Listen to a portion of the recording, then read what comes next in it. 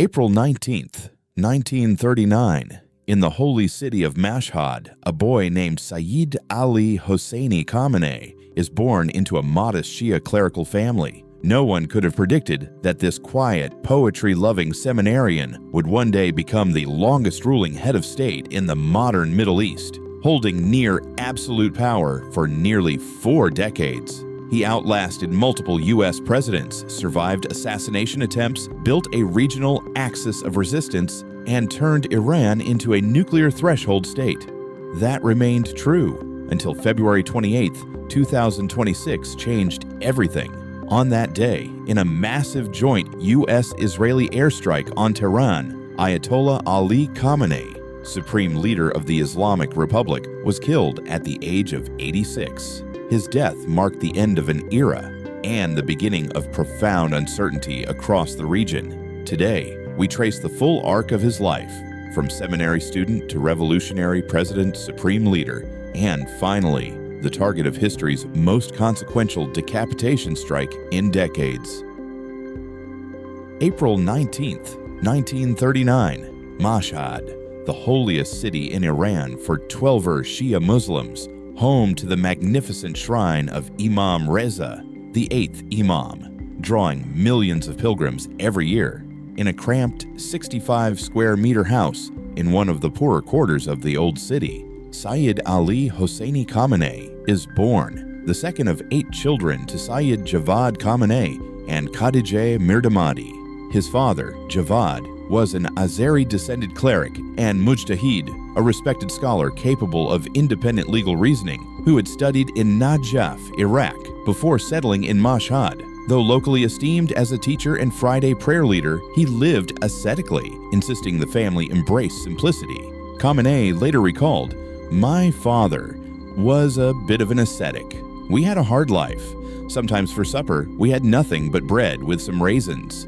Our house consisted of a single room and a gloomy basement. When visitors came to consult my father, the family had to move into the basement. Only years later did charitable neighbors help expand the home with 2 extra rooms." His mother, Khadijeh, was deeply literate, versed in religion, history, Persian literature, and especially the poetry of Hafez. She nurtured her children's education fiercely, even as the family scraped by. At age 4, young Sayyid Ali and his older brother Muhammad were sent to a traditional maktab, the old-style primary school, to learn the Arabic alphabet and begin memorizing the Quran. By age 11, he was already wearing clerical robes, studying at the local hawza in Mashhad, under teachers like Sheikh Hashem Kazvini and Ayatollah Muhammad Hadi Milani. He excelled. Strong memory, quick grasp of hadith, jurisprudence, philosophy, but his interests stretched far beyond theology. As a teenager and young man, Khamenei devoured Persian literature, classical poetry, Hafez, Saadi, Rumi, and even Western novels in translation. He composed his own poetry from an early age, participated in Mashhad's literary associations, recited verses, offered sharp literary criticism, and smoked a pipe in bohemian gatherings. He later described those years as full of excitement, evenings debating poems, critiquing verses, dreaming of a life immersed in words rather than sermons. For a time, he resisted the full clerical path his father urged. Some accounts say he entered the seminary reluctantly, preferring the library of the Astan-e-Quds Razavi, the vast shrine library, where he read voraciously. At 18 in 1957, drawn by the aura of Iraq's legendary Shia centers, he traveled to Najaf on pilgrimage and study. He attended advanced classes under luminaries like Ayatollah Mohsen Hakim and Ayatollah Shahrudi,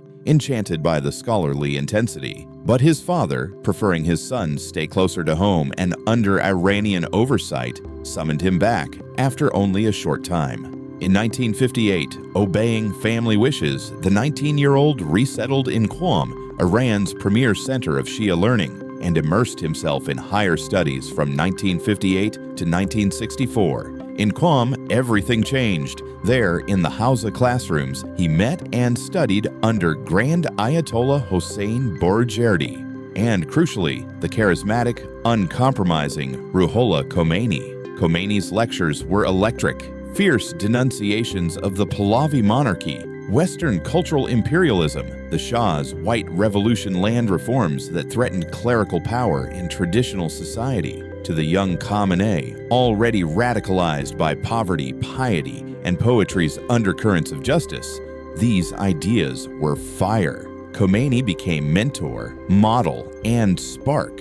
From 1963 onward, Khamenei threw himself into clandestine activism, distributing smuggled cassette tapes of Khomeini's fiery sermons from exile, organizing secret study circles on Islamic ideology, and anti-monarchy thought preaching in Mashhad mosques against the regime. Translating and publishing banned political religious texts, the Shah's secret police, Savak, responded harshly. Between 1963 and the late 1970s, Khamenei was arrested 6 times, imprisoned, interrogated, tortured, and sent into internal exile, including to remote villages in southeastern Iran. He endured beatings, solitary confinement, threats, yet emerged more resolute. Prison became his forge. He read relentlessly, debated fellow inmates, refined his ideology. The quiet poet was hardening into a revolutionary. By the late 1970s, as mass demonstrations swept Iran, the seminary boy from Mashhad's back alleys had become one of Khomeini's most trusted lieutenants inside the country, ready for the storm that would topple a 2,500-year-old monarchy.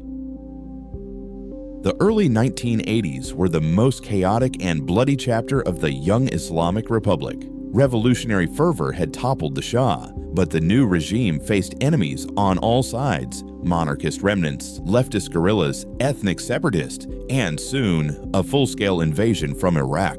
Khomeini had returned triumphantly in 1979. Khamenei, one of his most loyal inner-circle clerics, rose quickly. Appointed to the Revolutionary Council, Deputy Defense Minister, brief commander of the newly formed Islamic Revolutionary Guard Corps, IRGC, and, crucially, leader of Friday prayers in Tehran, a platform that amplified his voice nationwide.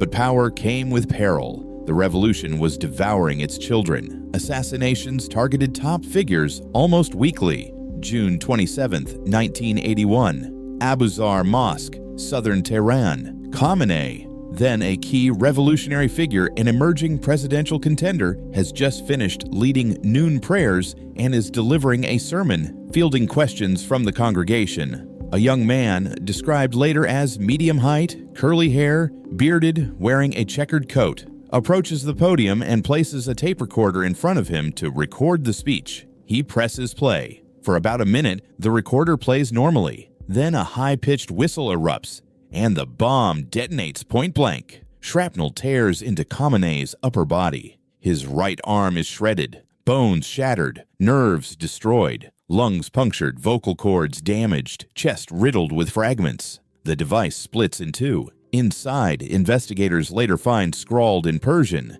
a gift of the Furqan Group to the Islamic Republic.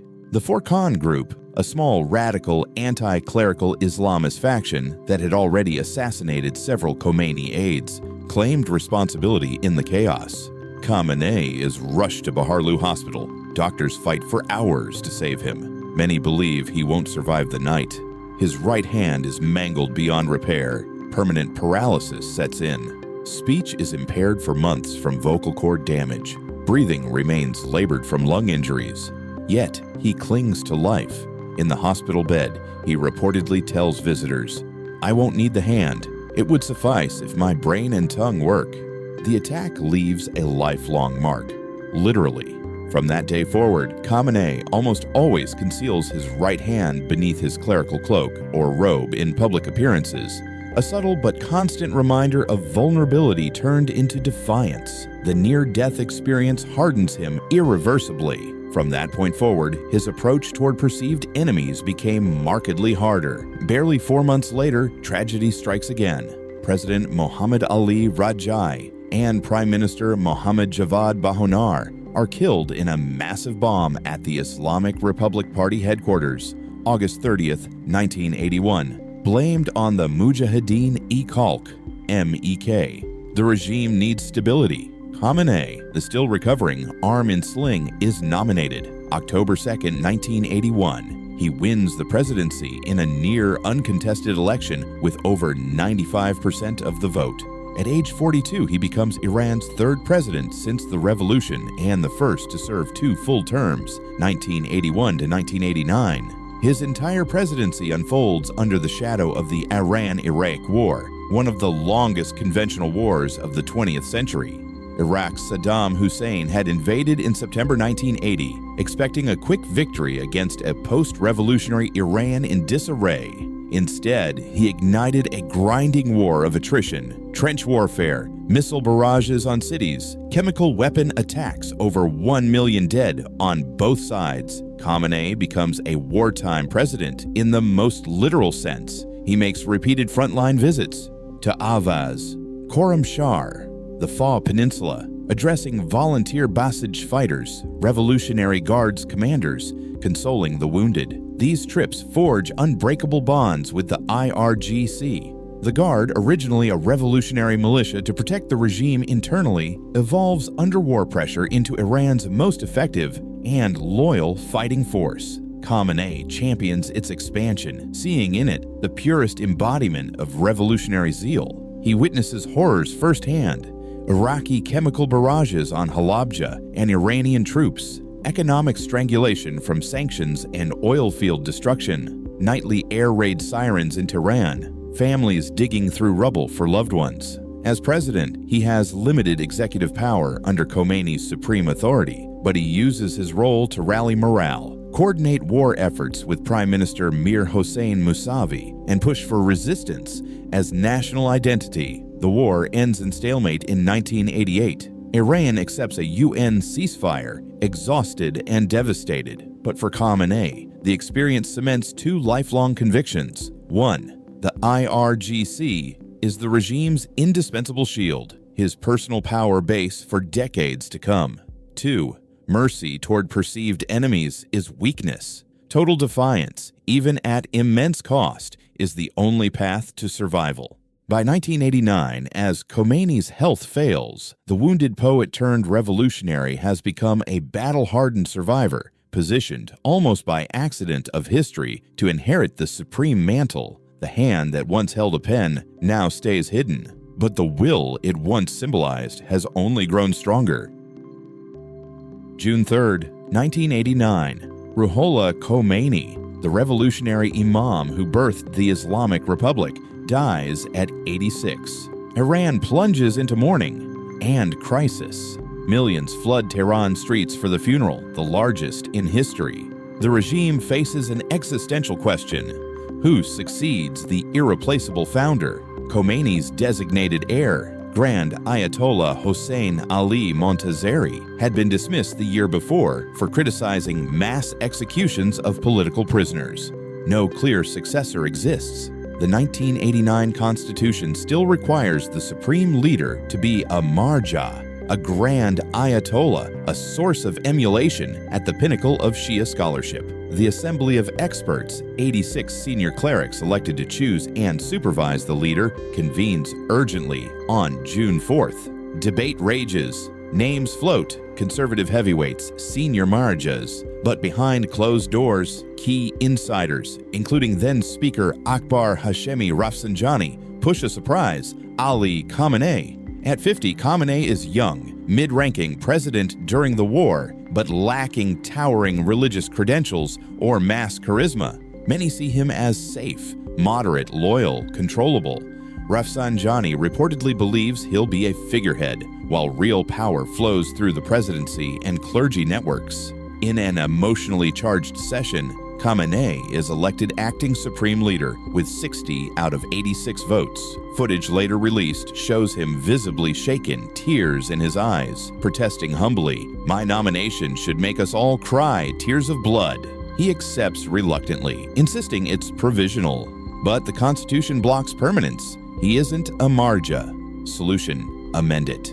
A rushed constitutional referendum is scheduled for July 28, 1989. Voters approve sweeping changes, drops the marja requirement. Now any just and pious jurist with Islamic scholarship and political/social leadership suffices. eliminates the prime minister post, strengthening the presidency, but crucially expands the supreme leader's powers: direct command of armed forces, veto over laws/policies, appointment of judiciary heads, guardian council members, IRGC commanders, centralizes authority in the Rabbar as never before. August 6, 1989, Assembly reconvenes. With amendments ratified, Khamenei is confirmed permanent supreme leader, again with 60 votes. Skeptics abound.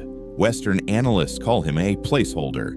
Iranian reformists whisper he's too weak. Clerical traditionalists decry the lowered bar as dilution of velayat-e-faqih, guardianship of the jurist. They all underestimate him. Over the next 36.5 years, Khamenei transforms the office from charismatic revolutionary symbol into an ironclad, institutionalized power center. His consolidation rests on 4 interlocking pillars. 1. Absolute command of the Islamic Revolutionary Guard Corps, IRGC. Forged in war bonds from his presidency, the IRGC becomes his personal Praetorian Guard. He appoints loyal commanders, expands it massively, from militia to parallel army, intelligence empire, economic conglomerate controlling ports, construction, oil smuggling. By the 2000s, the IRGC dominates security, crushes domestic unrest, and runs foreign operations via huge force. Khamenei's weekly meetings with top generals ensure unwavering loyalty.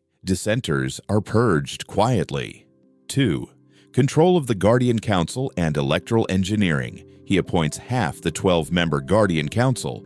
The council vets all candidates for parliament, presidency, assembly of experts, disqualifying thousands of reformists. For example, 2004 legislative elections barring most moderates. Elections become managed democracy. Approved candidates compete, but the system filters out real threats. This turns the ballot box into a legitimacy ritual while preserving hardline dominance. 3. Championing the nuclear program as untouchable national right. From the 1990s onward, Khamenei frames enrichment as a sovereign entitlement and symbol of resistance against Western bullying. Despite his fatwa against nuclear weapons, he oversees steady advances. Covert facilities revealed. Natanz 2002, Fordow 2009. Uranium enrichment to near weapons grade by the 2020s. The program survives sanctions, sabotage, and becomes a bargaining chip and red line for regime survival and pride. 4. Building the Axis of Resistance network. Under his direct oversight, Iran exports revolution via proxies, massive funding/training to Hezbollah, Shia militias in Iraq post-2003, support for Hamas/Islamic Jihad in Gaza, Houthis in Yemen, Assad regime in Syria. The Quds Force, IRGC external arm, coordinates this web, turning asymmetric warfare into Iran's signature strategy, encircling Israel, deterring U.S./Saudi influence, projecting power without full-scale war. Forbes ranks him among world's top 20 most powerful figures multiple years. What began as provisional succession becomes near absolute rule. Khamenei outmaneuvers presidents, survives crises, and embeds his vision: eternal resistance, clerical military fusion, no compromise with the arrogant powers. By the 2010s to 2020s, the shadow sovereign has remade Iran, feared regionally, isolated economically, defiant globally. The quiet seminary boy, once dismissed as transitional, becomes one of the longest ruling leaders in the modern Middle East history. Khamenei's signature doctrine, resistance economy, promised self-reliance against Western pressure. In reality, it delivered decades of isolation, hyperinflation, youth unemployment above 30%, and a collapsing rial. Sanctions bit deeper after the U.S. withdrew from the 2015 nuclear deal in 2018, reimposing maximum pressure. Oil exports plummeted. Everyday Iranians queued for subsidized bread, while elites siphoned wealth through IRGC-linked conglomerates. Every major wave of discontent met the same response: brutal force, framed as defense against foreign plots, and rioters. Khamenei personally endorsed crackdowns, often in public speeches, vowing no mercy. 2009, the Green Movement erupts after a fraudulent presidential election. Millions flood streets in Tehran and beyond, chanting, "Where is my vote?" Khamenei steps in decisively, declares results valid, labels protesters enemies, authorizes lethal force. Security forces open fire, snipers target heads and necks. Hundreds killed, thousands arrested, reformist leaders like Mousavi placed under house arrest for life. The uprising is crushed, but the scar remains. A lost generation's trust in elections shattered. 2017 to 2019. Fuel price protests and economic despair ignite again. Demonstrators chant "Death to the dictator" directly at Khamenei. Response: live ammunition, mass arrests, internet shutdowns, hundreds dead in days. Amnesty International documents excessive force. Khamenei dismisses it as foreign orchestrated sedition. September 2022. Mahsa Jina Amini, 22, dies in morality police custody after arrest for improper hijab. Her death ignites the largest, most defiant uprising since 1979. Woman, life, freedom. Women lead, cutting hair publicly. Men join, chants target Khamenei personally. Death to Khamenei. Security unleashes lethal violence. Over 500 killed, thousands arrested, torture reports widespread. Executions follow, young protesters hanged publicly. Khamenei calls it riots, praises forces for firmness. Internet blackouts hide the scale. The movement is bloodily suppressed, but the demand for freedom endures. Parallel pressure. The nuclear program, Khamenei's red line and symbol of defiance, faces relentless sabotage. Scientist assassinations, Stuxnet cyber attack legacy, repeated Israeli strikes on Natanz/Fordo. By 2025 to 2026, amid failed talks and breakout fears, U.S. Israeli operations intensify. Bunker busters hit key facilities in 2025, crippling enrichment cascades. Khamenei vows revenge, but the program, once a source of pride, becomes a vulnerability. Late 2025 to early 2026, economic freefall sparks nationwide uprising. Strikes spread from Tehran bazaars to provinces. Demands shift from reform to regime overthrow. Khamenei orders suppression by any means necessary. Shoot-to-kill directives, full internet/comms blackout. Thousands killed in weeks. One of the bloodiest episodes in the Islamic Republic's history. Security forces led by loyal IRGC carry out massacres to preserve clerical military rule. February 28, 2026. The tipping point. In a massive joint U.S. Israeli operation dubbed by some decapitation strike, airstrikes hammer Tehran and strategic sites. Israeli jets drop dozens of bombs on Khamenei's central compound during daylight. Satellite imagery shows severe destruction. Black smoke rises over the capital. Hours later, Iranian state media confirms Supreme Leader Ayatollah Ali Khamenei, 86, killed alongside senior IRGC commanders, defense minister, and other high officials. President Trump announces it publicly. Netanyahu confirms compound destroyed. Iran declares 40 days of national mourning. But streets erupt in polarized scenes. Regime loyalists grieve, opponents celebrate quietly or openly. Retaliatory missile/drone barrages hit U.S. bases and Israel. Conflict escalates regionally. The man who outlasted 8 U.S. presidents, survived countless threats, and built an unyielding theocracy, is gone. Power vacuum opens. Leadership council forms temporarily. Middle East enters uncharted volatile era. For nearly 4 decades, Ali Khamenei ruled as Iran's Iron Guardian, turning a revolutionary state into a regional power through defiance, proxies, and repression. He survived wars, sanctions, assassinations, uprisings, yet each crackdown deepened alienation, each sanction fueled despair, each nuclear advance invited escalation. In the end, the same forces he built to protect the regime, IRGC loyalty, clerical control, resistance rhetoric, could not shield him from history's reckoning. His death on February 28, 2026, closes one of the longest chapters in modern Middle East leadership. Was he the steadfast defender of Shia Islam and Iranian sovereignty, or the architect of isolation, bloodshed, and lost futures? Like the fingers of his paralyzed right hand, bent, unyielding, scarred, his legacy endures as a symbol of unbreakable will and wounds that may never heal. Ali Hosseini Khamenei, April 19, 1939 to February 28, 2026. He began as a poetry-writing seminarian and became the supreme leader of Iran for nearly 37 years. He built the axis of resistance across the Middle East, turned the nuclear program into a symbol of national pride, and exacted a heavy price from countless Iranians in the process. On February 28, 2026, it all ended. At 86, Ayatollah Ali Khamenei was killed in his Tehran command center during the U.S. Israeli airstrikes. His death closed one of the longest chapters in the history of the Islamic Republic.